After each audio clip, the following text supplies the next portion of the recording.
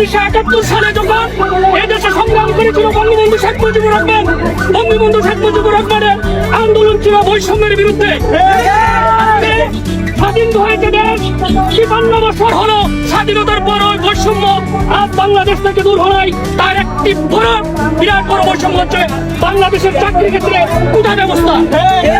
এই কোটা ব্যবস্থা যদি দূর না হয়, সোনার বাংলা হবে দূরের কথা, রূপার বাংলাও হবে না।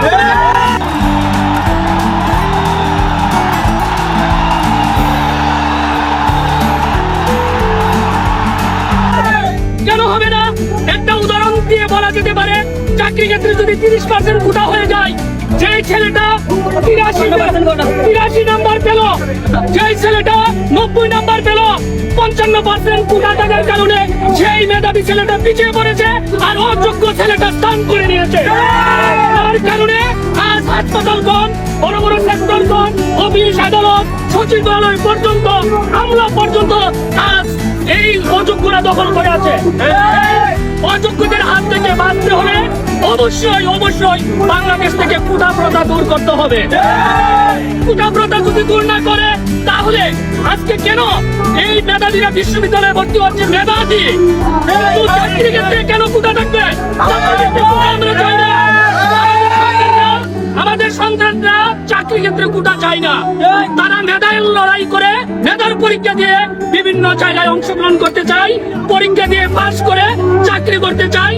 যে পাস করবে, যে মেধা দিয়ে এগিয়ে যাবে, তার ওই চাকরি হবে। অন্যথায় অন্য কোনো পন্থায় হতে পারে না। অন্য কোনো পন্থায় হলে যারা অযোগ্য ডাক্তার হবে, অযোগ্য ইঞ্জিনিয়ার হবে, অযোগ্য আমলা হবে, অযোগ্য চাকরিজীবী হবে। এই এখন বর্তমানে যা আমরা দেখছি, প্রধানমন্ত্রী থেকে শুরু করে আমাদের মাননীয় প্রধানমন্ত্রী একবার সংসদে বলেছিলেন, আমি কোটা প্রথাই চাই না। আমরা আমাদের সন্তানরা এই কথা শুনে অনেক খুশি হয়েছিলেন যে আমরা কোটা প্রথা চাই না।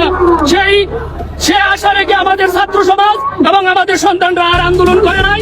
যে মাননীয় প্রধানমন্ত্রী যখন বলেছে বাংলাদেশ আইনসভায় অবশ্যই এর একটা গতি হবে, কিন্তু আজ পর্যন্ত দেখা যাচ্ছে যে কিছু মানুষের কারণে, কিছু আমলাদের কারণে আজ এই মাননীয় প্রধানমন্ত্রী সেই কথাটা আবার ফিরিয়ে নিয়েছেন, আবার কোটা কথা বহাল রেখেছেন। আমরা ছাত্র সমাজ, আমরা আপাময় জনগণ, আমাদের সন্তানরা যারা লেখাপড়া করে, আমরা চাই এই বাংলাদেশে মেধার ভিত্তিতে চাকরি হবে, কোটার ভিত্তিতে হবে না।